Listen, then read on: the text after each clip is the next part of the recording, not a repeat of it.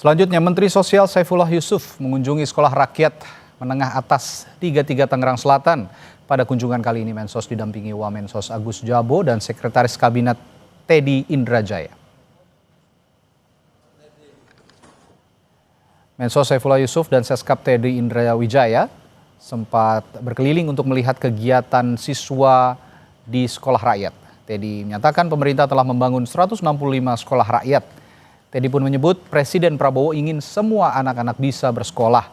Sekolah rakyat disediakan bagi anak-anak yang putus sekolah atau mengalami kesulitan untuk bersekolah. Sementara Mensos Saifullah Yusuf menyatakan sengaja mengundang Seskap Teddy karena Teddy termasuk salah satu pihak yang sejak awal diminta Presiden untuk mengawal program sekolah rakyat.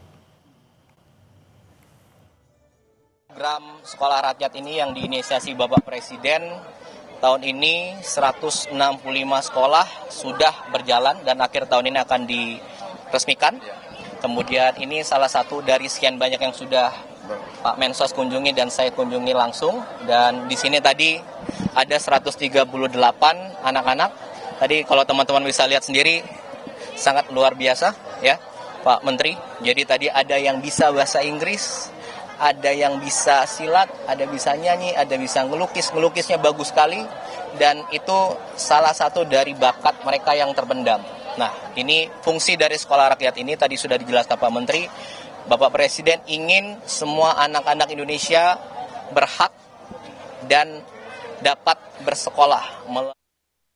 Ya, kita bersyukur Pak Teddy bisa sampai di sini. Kenapa? Karena sejak awal Pak Teddy salah satu juga yang diminta untuk mengawal penyelenggaraan sekolah rakyat ini.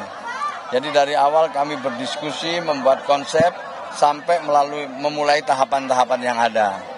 Nah, hari ini kita sebelumnya Pak Teddy juga sudah datang dan mengunjungi beberapa sekolah rakyat di tempat lain.